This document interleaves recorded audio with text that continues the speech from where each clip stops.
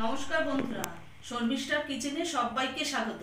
আজকে আমি আপনাদের সঙ্গে একটা নতুন রেসিপি শেয়ার করছি, কুঁদরির ভর্তা। তাহলে দেখুন আমি কিভাবে বানাই। অনেকে তো অনেক রকমই বানায়, কিন্তু আমি কিভাবে বানাই সেটা দেখুন। আর একবার অন্তত এভাবে বাড়িতে বানিয়ে খেয়ে দেখুন, গরম ভাতের সাথে একদম জমে যাবে।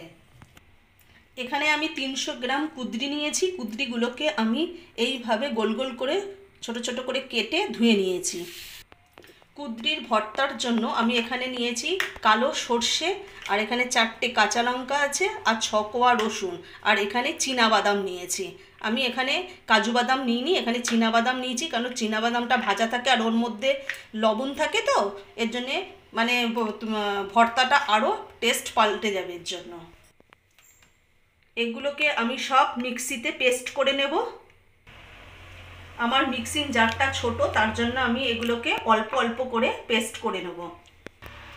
সমস্ত উপকরণগুলো এখানে পেস্ট করা হয়ে গেছে। এটার মধ্যে আছে কুঁদরি পেস্ট, আর আদা রসুন আর কাঁচা লঙ্কা, আর এটার মধ্যে আছে বাদাম আর সর্ষেটা আমি পেস্ট করে রেখেছি।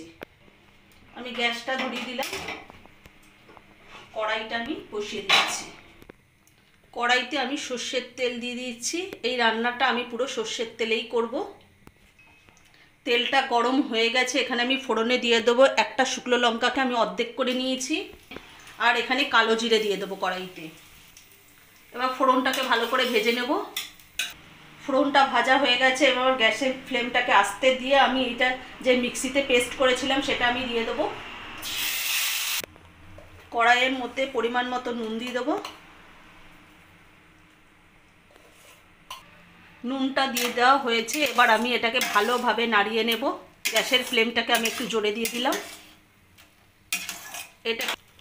এটাকে নাড়িয়ে ভালো করে একদম শুকনো করে নিতে হবে। এর মধ্যে আমি কিছু উপকরণ দিয়ে দেবো। অল্প একটু হলুদ গুঁড়ো দিয়ে দিলাম। এখানে আমি শুধু হলুদ গুঁড়োই ব্যবহার করেছি, আমি আর অন্য কোনো মশলা এখানে ব্যবহার করলাম না।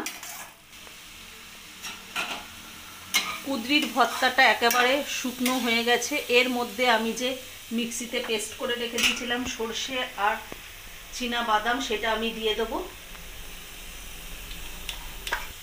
এবার আমি এটাকে ভালোভাবে নাড়িয়ে নেব, নাড়িয়ে আবার শুকনো করে নেব একদম।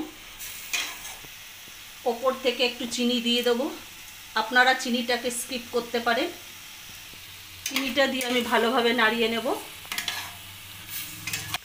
কুঁদরির ভর্তা আমার একেবারে রেডি হয়ে গেছে। এইভাবে একদম শুকনো শুকনো করতে হবে। এবার আমি এটাকে নামিয়ে ফেলবো। কুঁদরির ভর্তাটা আজকে নামানো আমার হয়ে গেছে। আমাদের এই রেসিপিটা যদি ভালো লাগে তাহলে লাইক কমেন্ট শেয়ার এবার সাবস্ক্রাইব করতে ভুলবেন না। বাড়িতে একবার অবশ্যই বানিয়ে খেয়ে দেখবেন, গরম ভাতের সাথে একদম জমে যাবে।